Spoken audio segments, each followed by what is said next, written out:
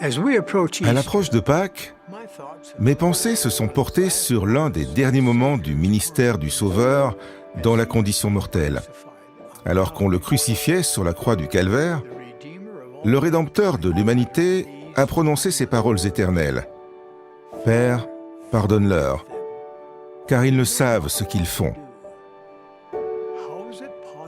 Comment est-il possible que pendant son agonie atroce, Jésus-Christ demande à son Père de pardonner à ses bourreaux?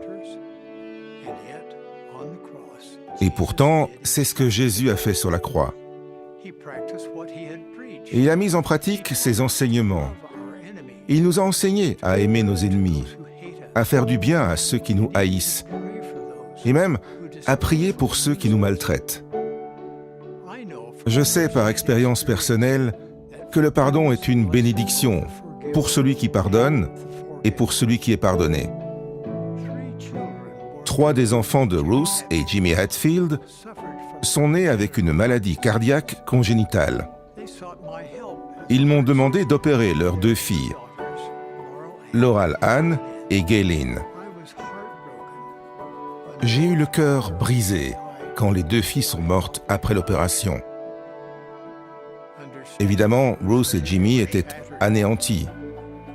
Ils m'ont tenu pour responsable. Cette situation m'a hanté pendant près de 60 ans.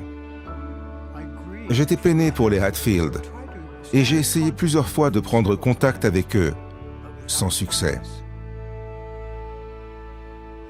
Il y a quelques années, je leur ai de nouveau tendu la main. À mon grand soulagement, ils ont accepté de me rencontrer.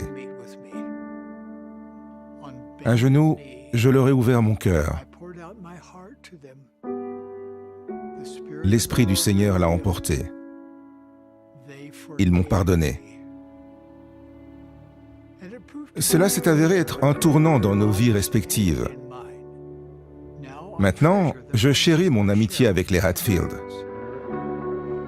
Pensez à leur courage et à leur humilité.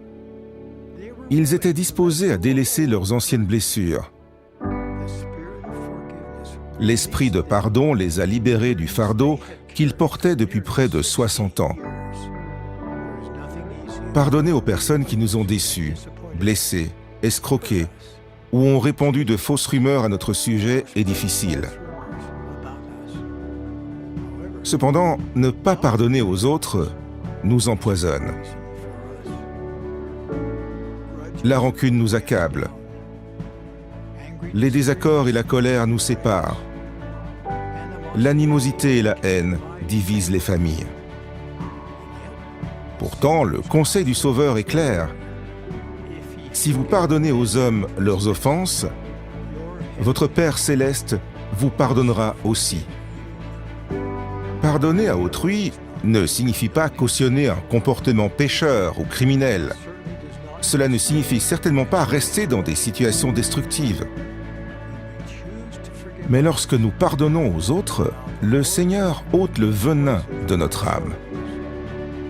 Nous lui permettons de calmer et d'adoucir notre cœur, afin de voir les autres, en particulier ceux qui nous ont fait du tort, en tant qu'enfants de Dieu, nos frères et sœurs.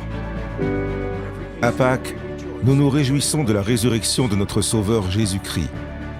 Il est la quintessence du pardon.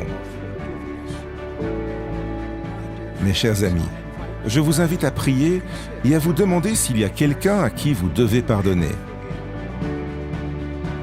Souhaitez-vous vous libérer d'une rancune qui vous ronge? Il n'y a pas de manière plus appropriée d'honorer le Seigneur, Jésus-Christ, en cette période de Pâques.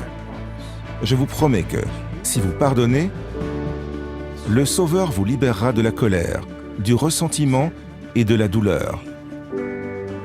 Le Prince de la paix vous apportera la paix. Jésus-Christ est ressuscité. Il vous aime. Grâce à lui, nous aurons de la joie grâce au miracle du pardon.